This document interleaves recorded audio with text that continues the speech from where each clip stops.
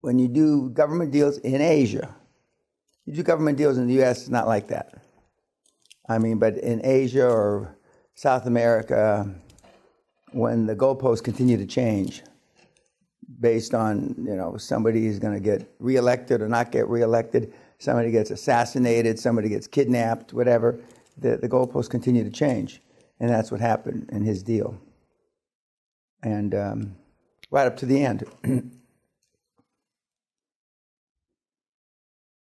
But at the end of the day, when we called, I didn't know he was going to get the $31 million that day, so which was kind of ironic.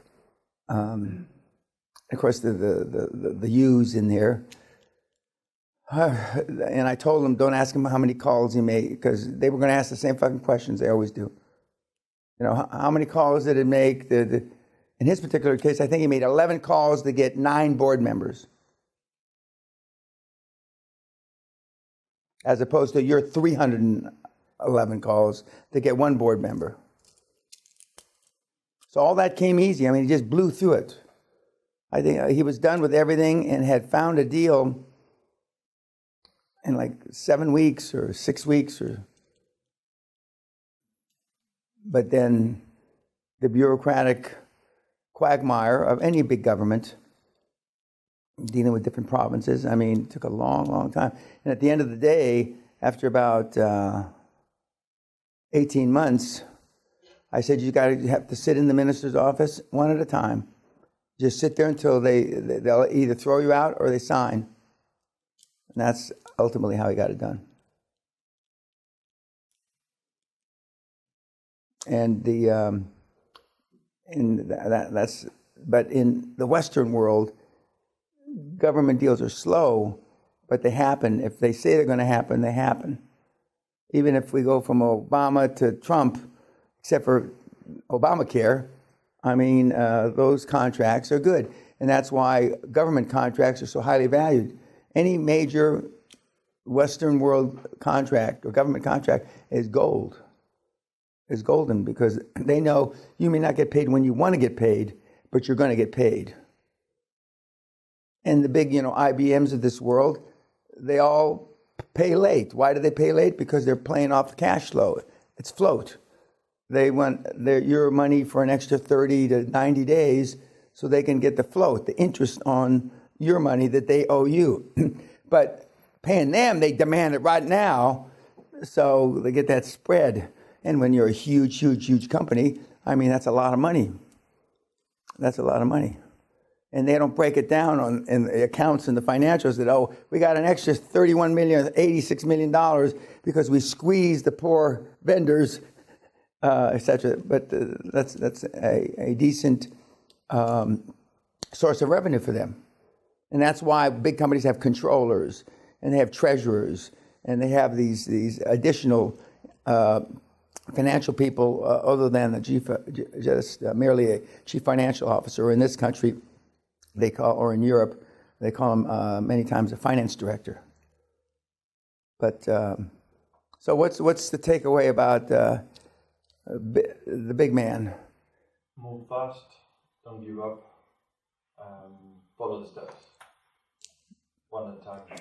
Yeah, and you'll hear from everybody. Follow the steps. And the Macedonia guy wasn't in that. He was in that group that was asking him questions. And step 1 to 5 was forevermore the Macedonia model. The Macedonia model. And we had 10 engineers out of 23 people. Fuck. I told him a second or third day, why don't you pool your questions? Why don't you engineers pool your fucking questions? Because it's just a little bit different, so they ask it again. And we ought to limit. I never thought about limiting a category of education before, but that seminar is the most engineers we ever had before. Now, we've had seminars where a majority of the participants are from Germany, Austria, the fatherland, and the annexed Austria. That's a different deal, too. I mean, they ask a different level of question, but they like templates. one of the reasons from years and years and years ago that we started producing all the templates is because of the Germans. You know, they like it written down, step by step. And I used to tease them, that's how you made the fucking V2 rockets, you know? I remember about 20 some years ago, during like Normandy, the invasion of Normandy was June 6th or June 7th, and they always play a lot of war movies and a lot of stuff, and Remembrance Day, and because they got the shit bombed out of them during the war. So I'm in the Connaught Hotel at breakfast, and I don't do breakfast, but we're there for breakfast because a senior guy from E&Y wanted me to meet this guy. And I said, as only I can, I said, Jesus Christ, every fucking channel, and in those days they only had 4 channels, and every fucking channel I go, there's something about Remembrance Day. Fucking, and this guy, he looks at me and he says, in 1943 or whatever it was, sitting right across the dining room, right over there, a V2 rocket that came through the roof blew my uncle's leg off and killed him. So I'm sitting there, and he got up, threw his towel, his napkin down on the table, and got him and left. Now this is Neil, okay? And Neil looks at me, he says, Jesus Christ, Peña, only you. This was going to be the next investor, the big institution that was going to replace the Kuwaitis if we ever needed to. Well, so I think about chasing him down the road. You know, maybe he didn't get a cab yet. But I don't talk. I love seeing those war movies now. You know, but I mean because they got the shit bombed out of them. And with Churchill running around with a cigar, going, you know. So I mean, okay, what else about Simon? It took them 2.5 years to close the first deal. Correct. And he ran out of money. He ran out of money after about 18 months, 20 months maybe. So the last 6 or 8 months he was living on fumes. What are fumes? Fumes. Pie in the smoke. He's living on bullshit, you know. He had no money. He had gone through everything he had. And he came 8 days away from getting evicted from his penthouse. And and when he's talking about taking care of his family, he's only got one. I mean, he doesn't have any family, so he's got one little Vietnamese girl that's his girlfriend. That's his family. So I don't know. I don't think there's much. He needs much to take care of her. But he likes doing deals, and he's a persuasive guy, and he's super smart. What did he do before this? He was a management consultant that had built up a pretty lucrative practice, teaching people, Asians, especially Indonesians, how to do business with Australia, how to do business with Britain, how to do business with the United States. And he had built up a very successful practice. And but he had been in the same place for several years. And he heard about me through a buddy of his who was a world-class athlete that I had met, we had met, remember when I met him in Australia, the big guy? And the big guy never came. Big, I mean, 6'10", a big muscular guy. I don't know if he was a discus thrower or whatever the hell he was. And Simon did come to the seminar, and I mean, the first day, I mean, some people get it in the first day, some people get it in the first year, Bill. And some people never get it, unfortunately. But he got it in the first day or two. He understood what the crack was. And as soon as he heard government, like Walter, his eyes, start sparkling. But I don't know how hard he looked for non-recourse money. He never found any for that deal. And so Indonesia wanted to do this power plant thing. And he was able to, through persevering and beating down a lot of doors, get the contract, and more importantly, get the financing. Because people are apprehensive to do a big deal like that in Asia for the very reason they changed the goalposts. And they're sovereign countries, and you can't sue them. You can't sue the government. I mean, well, you can sue the government, but you're pissing in the wind.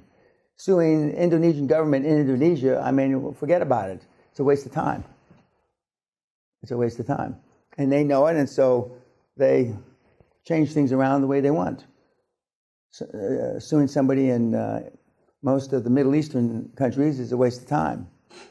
Now, Israel is a democracy, so you can actually get a lawsuit initiated and completed, and you can even get a favorable ruling. But trying to fight long-distance litigations is not easy. I mean, unless you're in the town. Anything else about Simon? And he's not going into healthcare now. He's going in another energy deal. He's going back to the... normally you don't return to the scene of the crime. But he has built up a lot of contacts, as he said.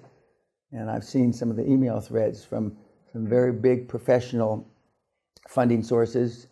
And China, for whatever reason, your head pops up, China, for whatever reason, likes energy in that portion of Asia. That portion of Asia. But when we went to Africa, I mean, they've got Chinese construction companies making roads in Africa. You go to Russia, they got Chinese construction companies making roads, building bridges. And that's part of their employment problem that they don't have, because they're exporting, tens of thousands. And it's not dissimilar when the Chinese slaves made the railroads in America, 150 years ago. But the Chinese laborers today are getting a hell of a lot better deal than the American railroad companies. Anything else about Simon? He called 300 financial institutions. He wanted somebody to fund up front because he thought it was going to cost, you always underestimate. Oh, let's see. If it took a year, it's probably, I need $1 million. I'll ask for $2 million. Now I'll ask for $3 million, based on, guess what? The Peña rule of thumb. And then, but nobody said, well, you don't have a contract. You've never done a deal in Asia. You can't spell energy. I mean, there was a list longer than normal, like this.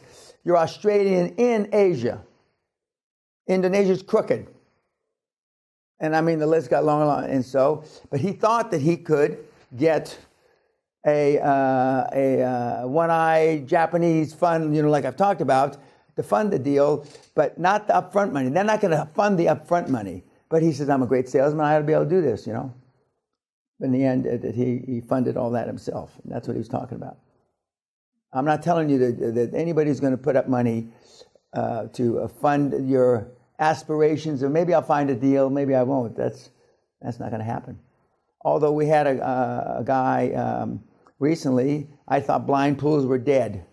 Blind pool is the bank. Deutsche Bank, just back in the day, Deutsche Bank, you could get 300 million, euros for with a great team, pristine people, all this stuff, to implement it in energy, to implement it in the North Sea, to implement it here, there, and the other. You can do it in the United States. But the 80s killed that, I thought. They killed that because they say people like me raped the mother planet Earth. We fucked everybody. And there's a lot of that true. That's true. So they died. But just here recently, some of the kids, one in particular, got a blind pool for $1 billion for energy. Now, he put together the Rolls Royce. He's out of the energy business, okay? So it's not like the Italian stallion here decided he's going to roll up stuff in the North Sea and can't spell North Sea. But he put together a very premier board, and he had a very credible credentials from the energy business. He was out of Royal Dutch Shell. And so had all the right schooling for Britain. He went to those kind of schools, went to Eton, he was an Etonian. And even though they say that doesn't mean anything, that's bullshit. I mean, I think 13 or 16 prime ministers came out of Eton, of Great Britain. And of course, that shouldn't make any difference. Nothing. But it makes all the difference. Better than you dropped out of school when you were 12 and you come from Liverpool, as opposed to you're an Etonian and he went to school with Prince Harry. You know, that's not supposed to count, actually. But it's shocking, it does count. Shocking. I'm jealous. I wish I had gone to a school I don't have to explain about, you know. Even the rum-dums from Penn State they know about, but they don't know about where I went to school. Anything else about Simon? He has a mentality of don't try. Just Do. it. Yeah. We would say failure is not an option.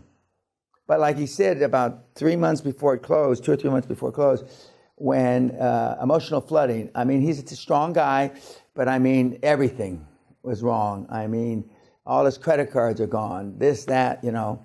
And we talked, and and he was still on because the hardcore gets a mentor program for a year or two, and we would talk about this and how tough it was, because I've been in deals that took a long time, but people stopped asking him because they didn't want to embarrass him that the deal hadn't happened. I've been in a couple of those.